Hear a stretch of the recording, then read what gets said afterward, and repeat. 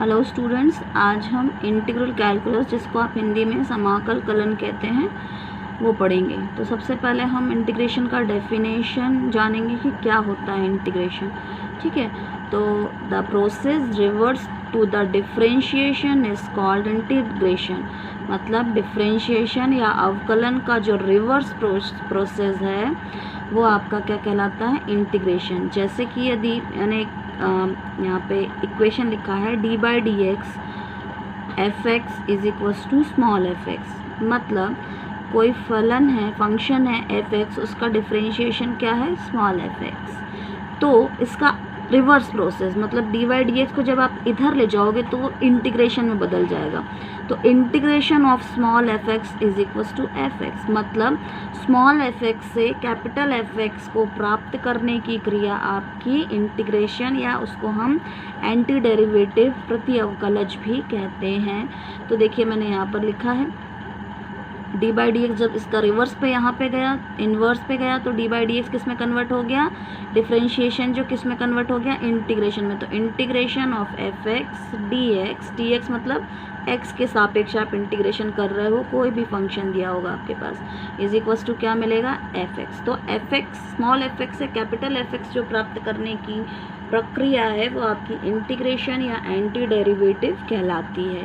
Right students, और हम जब इंटीग्रेशन करते हैं किसी भी फंक्शन का, तो जो भी आता है आंसर, उसके बाद हम प्लस इंटीग्रेशन कांस्टेंट ज़रूर, प्लस सी ज़रूर लिखते हैं, plus c where c is constant, integration constant कहलाता है।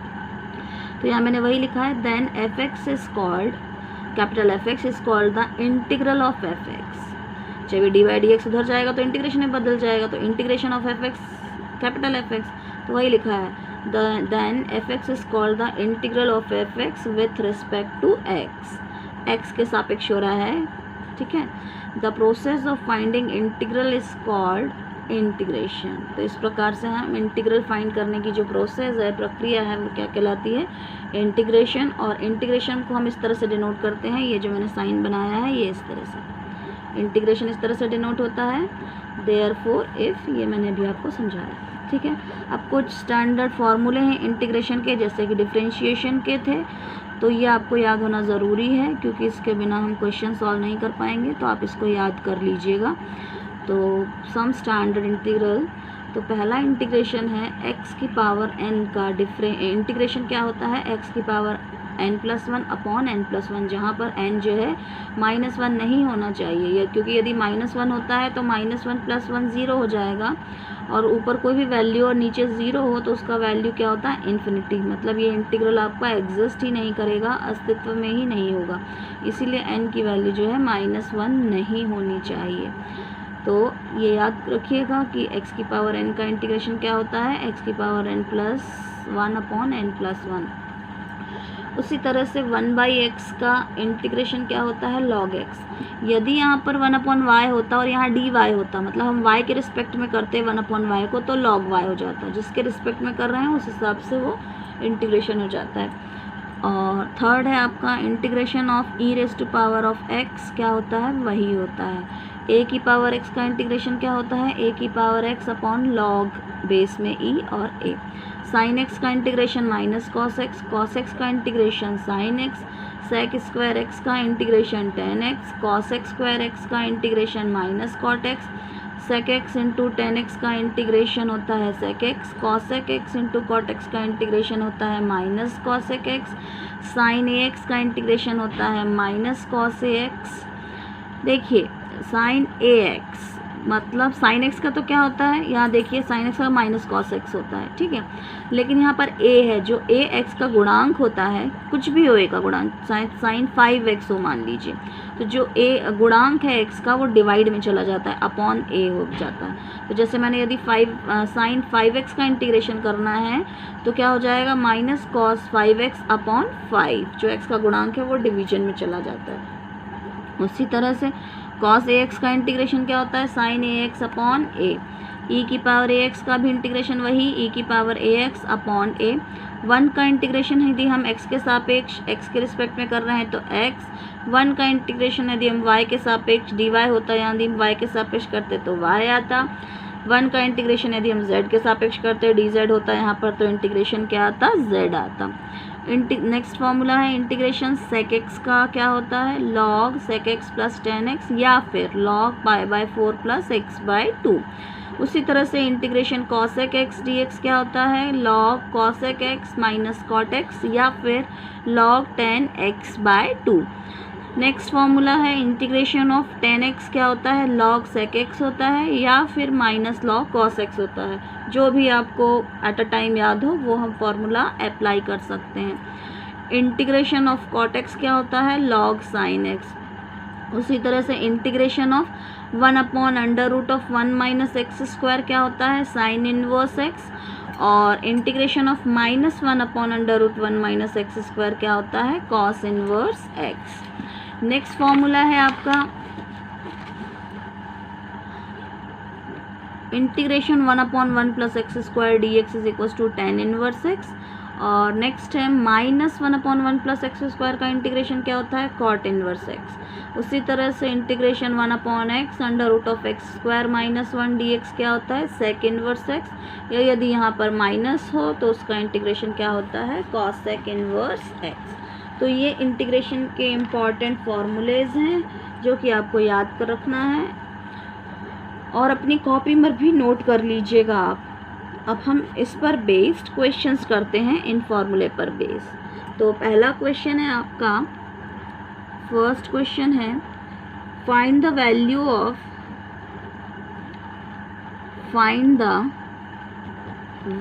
Of integration 1/1 plus sign x। इसका इस फंक्शन का इंटीग्रेशन करना है dx मतलब x के रिस्पेक्ट में, ठीक है। तो देखिए इस डायरेक्ट इस फंक्शन का कोई फॉर्मूला तो आपको पता नहीं है कि इंटीग्रेशन इस फंक्शन का ये होता है, तो पहले हम इसको थोड़ा सा सरल करेंगे, सिंप्लीफाई करेंगे, देन उसका हम इंटीग्रेशन करेंगे। तो इसका सॉल्यूशन देखिए मैं आपको करके बताती हूँ।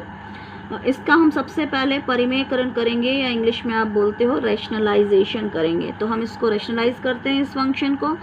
तो integration of 1/1 plus sine x dx is equals to, rationalisation कर रहे हैं मतलब 1 माइनस साइन एक्स का हमको ऊपर नीचे मल्टीप्लाई करना पड़ेगा। तो ये मैंने मल्टीप्लाई किया 1 माइनस साइन एक्स का, ऊपर भी किया तो हमें नीचे भी करना पड़ेगा, राइट स्टूडेंट्स।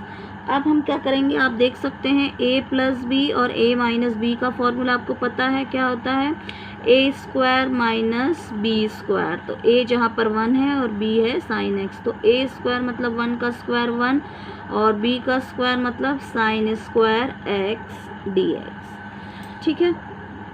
अब आप जानते हैं 1 minus sine square x formula है, आपने ट्रिग्नोमेट्री में भी पढ़ा है, क्या होता है 1 माइनस साइन स्क्वायर x होता है आपके पास कॉस स्क्वायर x dx, ठीक है।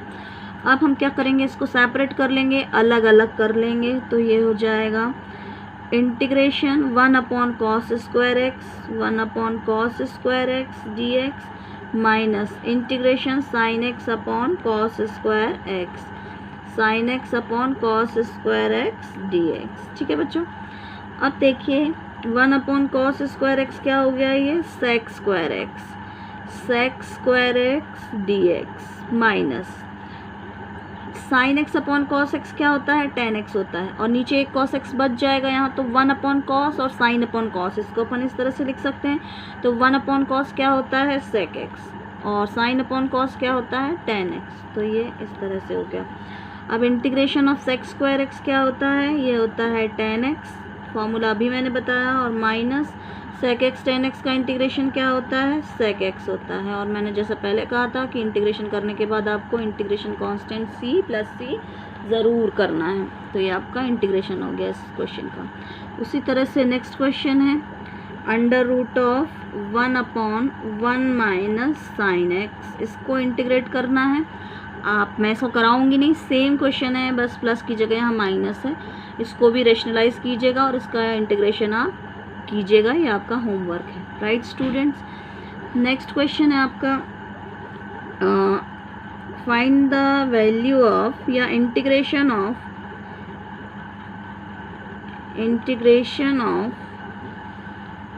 1/1 प्लस कॉस एक्स, सेम है ये भी, मैं करके बता देती हूँ। 1 ऊपर हमने किया था 1 प्लस साइन एक्स और ये है 1 प्लस कॉस एक्स, तो वही काम करना है इसको। सबसे पहले हम रेशनलाइजेशन करेंगे इसका, तो रेशनलाइजेशन करेंगे तो 1 माइनस कॉस एक्स का ऊपर नीचे मल्टीप्लाई होगा, तो ये मैं ऊपर नीचे 1 माइनस कॉस एक्स का मल्टीप्लाई कर दे रही हूँ।